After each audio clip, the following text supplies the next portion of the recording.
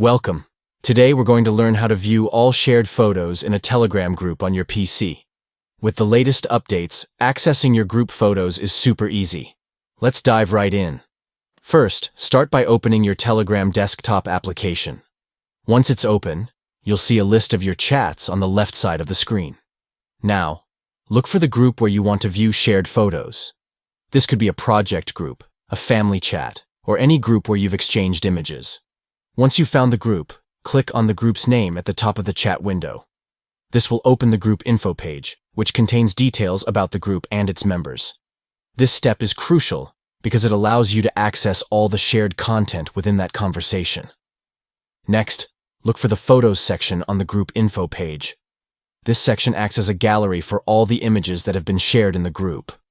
Click on Photos, and you'll be greeted with a neatly organized collection of all the pictures that have been exchanged. As you scroll through the images, you'll find everything from candid snapshots to memorable event photos. Telegram makes it easy to browse through these images, and you can click on any photo to view it in a larger format, letting you appreciate all the details. If you're searching for a specific photo, there's a handy search feature you can use.